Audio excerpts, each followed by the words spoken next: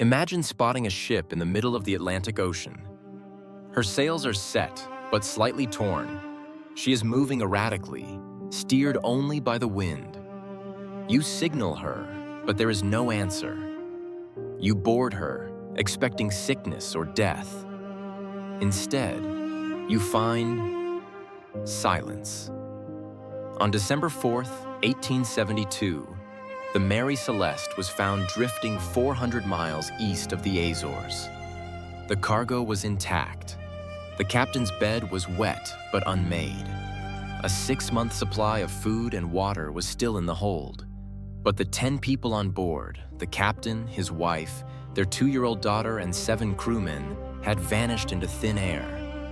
There was no sign of struggle, no sign of violence. They simply stepped off the edge of the world. This is the story of the greatest ghost ship in history. The mystery begins not with a curse, but with a routine voyage. Captain Benjamin Briggs was a man of the sea, staunch, religious, and highly respected. He invested his life savings into the Mary Celeste. On November 7, 1872, the ship set sail from New York Harbor, bound for Genoa, Italy. On board were Briggs, his wife Sarah, and their infant daughter Sophia. The crew of 7 were all experienced German sailors with clean records. This was not a chaotic ship prone to mutiny. The cargo was dangerous but valuable. 1,701 barrels of industrial alcohol. 8 days later, another ship, the Dei Gratia, also left New Jersey for Gibraltar.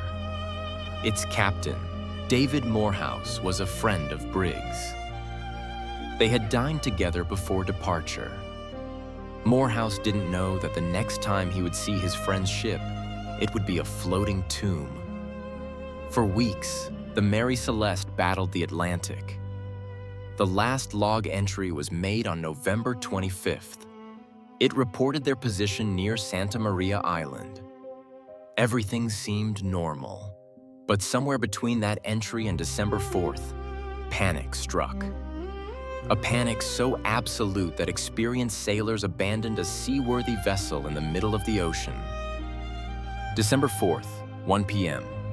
The crew of the Dei Gratia spots a sail on the horizon. It's the Mary Celeste, yawing wildly. Captain Morehouse hails her. Silence. He sends a boarding party. What they found has been distorted by myth for a century, so let's look at the actual testimony. The sails were in poor condition, some blown away, the rigging was damaged. But the ship was not sinking. There was some water in the hold, about 3.5 feet. But that is manageable for a ship of this size. The pumps were in working order. Inside the captain's cabin, life seemed interrupted.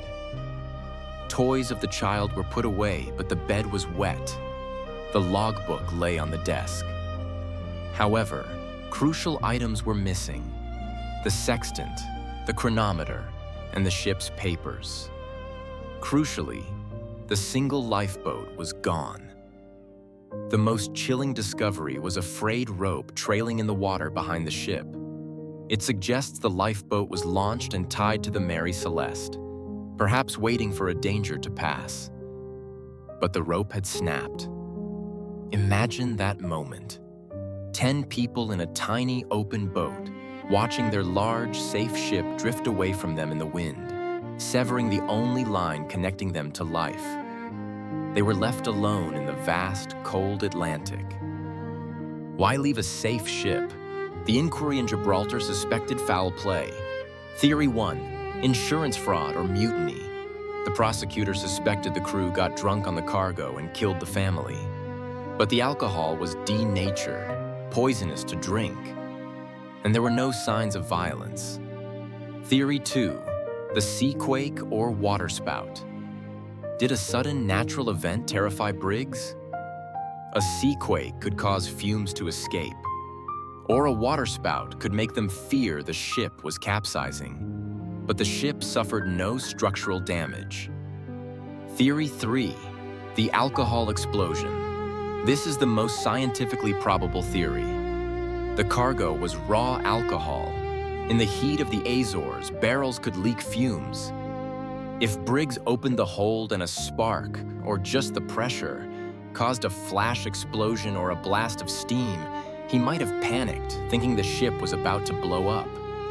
He ordered everyone into the lifeboat, trailing behind on a rope to wait and see. Then a gust of wind filled the Mary Celeste's sails. The ship lunged forward. The rope snapped. The explosion never happened, and the ship sailed on, leaving its crew to die of exposure or drown. The Mary Celeste was sailed back to port, but she was marked. Sailors considered her cursed. Her subsequent owners went bankrupt. She caught fire, and finally, she was intentionally wrecked for insurance money in 1885. But the fate of Benjamin Briggs, Sarah, little Sophia, and the crew remains the ocean's secret.